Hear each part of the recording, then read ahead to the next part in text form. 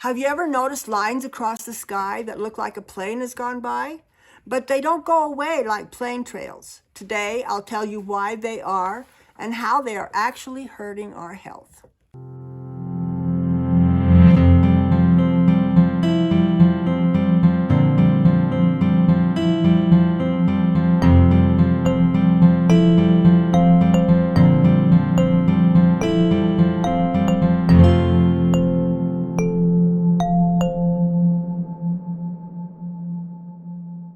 Hi friends, Elaine here from Beneficial Solutions. Now I've noticed something that's been happening for quite a while that causes diseases. Back in the 1960s, a quiet dialogue began about climate change and how it can be used by scientific experiments. By the 21st century, jumbo jets were being deployed to drop billions of dollars of nano-sized aluminum and other particles into the skies. These were attempts to reflect the sunlight away from the earth to cool the climate temperatures. This science experiment has exploited populations of people to mass amounts of airborne metals that are literally raining down and poisoning people in cities and farms and etc. According to neurosurgeon Russell L. Blaylock, nano-sized aluminum particles found in chemtrails are contributing heavily to degenerative diseases today.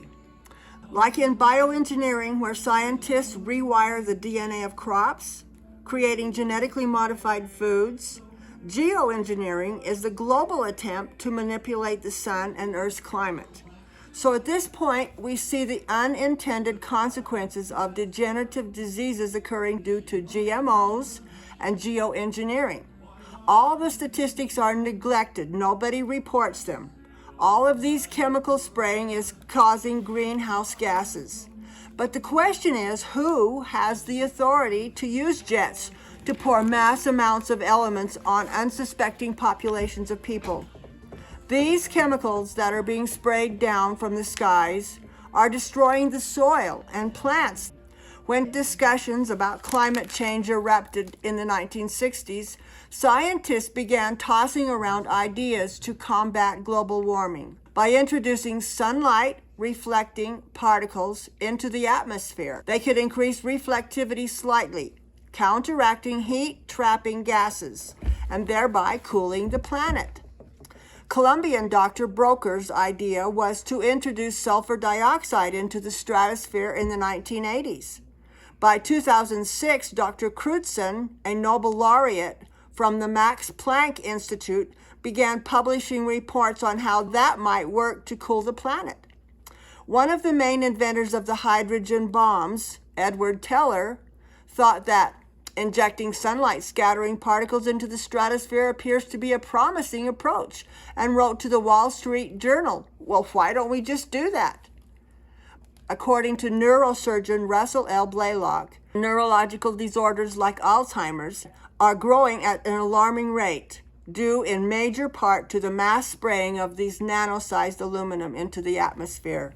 According to medical journals, nano-sized particles are infinitely more reactive and induce intense inflammation in a number of tissues of the body. Dr. Blaylock states of special concern is the effect these nanoparticles have on the brain and the spinal cord. Blaylock explains further that aluminum nanoparticles can easily penetrate the brain through the blood and olfactory nerves in the nose. Passing through the olfactory neural tracts, aluminum particles easily penetrate the area of the brain most affected by the Alzheimer's disease.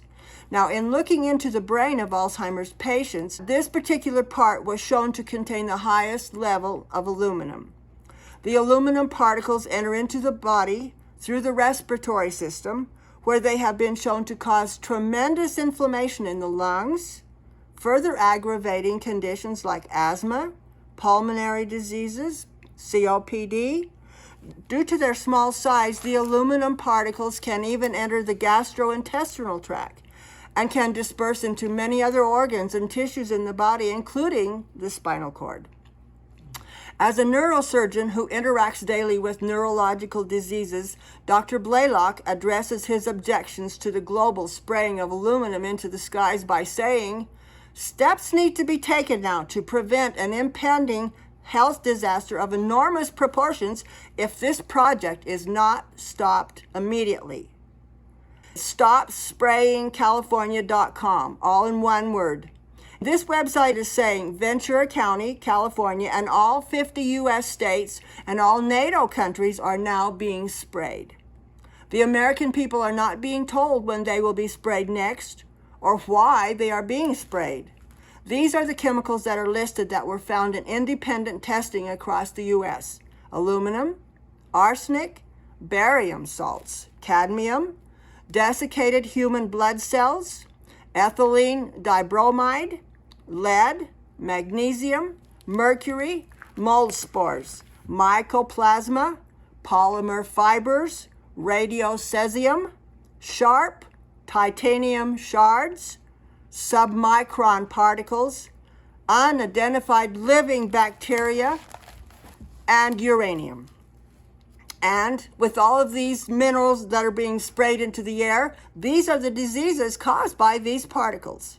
Allergies, anxiety, asthma, brain fog, breathing difficulties, chronic sore or raspy throats, dizziness, earaches, eye and skin diseases, flatulence, which is gassy stomachs, flu-like symptoms, headaches, hot flashes, itching in many places on the body, metallic taste in the mouth, nausea, nosebleeds, panic attacks, persistent coughing, rashes, respiratory problems, short-term memory loss, stomach aches, suicidal thoughts, tinnitus or ringing in the ears, acid reflux, ADD, ADHD, aluminum building up in the pineal gland, autism, autoimmune diseases, blood in the urine, borderline personality disorders, cancer, chronic fatigue, constipation,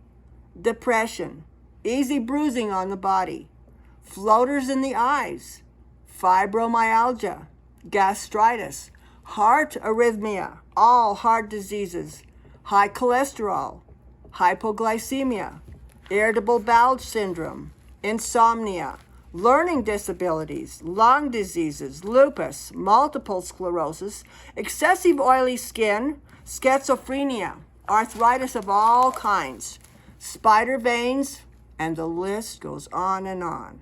There are so many diseases listed because these heavy metals totally disrupt all parts of the body. All of these diseases are caused by heavy metals. NASA admits spraying lithium into the atmosphere. NASA officials state that these chemicals are harmless to the environment. But research shows that this lithium is a psychiatric medication primarily used to treat bipolar disorders and psychosis. NASA is spraying it into the atmosphere to control the weather, but it is doing great damage to us. A chemical that is being added to our drinking water and mouthwashes and our toothpaste is fluoride. Fluoride isn't a medication. It's an industrial waste product from the companies that produce air conditioning systems. Fluoride exposure interferes with bone formation, the thyroid, kidneys, and also reduce cognitive abilities alongside neurodevelopment problems. So is it any surprise that these chemicals that are added into the atmosphere are disguised as medicines for the people? On May 5th, 2021, these things are told to us that they are just conspiracy theories. But in a book written by Harvard professor David Keith, The Case for Climate Engineering, he claims that aerosol spraying causes drought in the western states and fires, starting rapidly. Its core design feature is to stop normal clouds from condensing into precipitation. CONtrails are just moisture coming out of the jet stream of normal airplanes, and they dissipate quickly, but they are just water. But the chemtrails are these nanoparticles of heavy metals. This chemical manipulation is visible whenever you see what looks like contrails across the sky. We'll mention now 2 documentary videos that explain these things. They can be purchased on Amazon.com as DVDs. What in the world are they spraying? By Edward Griffin, Michael Murphy, and Paul Wittenberg. This video came out in 2010. The second one is Why in the World Are They Spraying? By Michael J. Murphy. This one came out in 2012. They were available on YouTube then. I don't know whether they're still available now. Before I close out this video, I want to give you some answers to heal your body of these heavy metals and neuropathy. There are several herbs that will balance the nerves and heal them. Number one is Ginkgo Biloba. It's a powerful antioxidant, which means that it has properties of anti-inflammatory, reducing swelling, calming the nerves. Number two is Bacopa Maneri. It is an adaptogenic herb to reduce stress. It also has neuroprotective properties which repair the nerves and enhances the cognitive brain.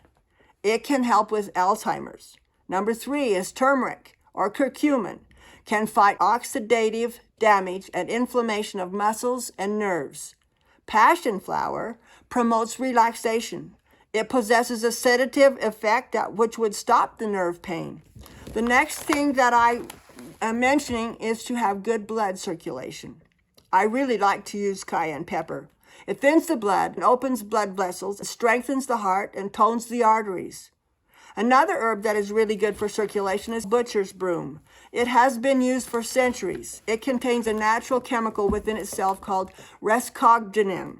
This improves venous tone and decreases blood pooling in the veins and to neutralize the heavy metals. Spirulina is really good for this.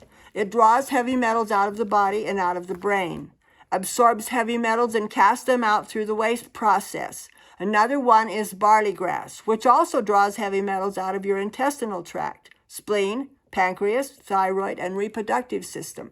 It also prepares the mercury for complete absorption by the spirulina, which suggests that you should take them both together. Now, I hope you're learning from my videos. Please share and subscribe.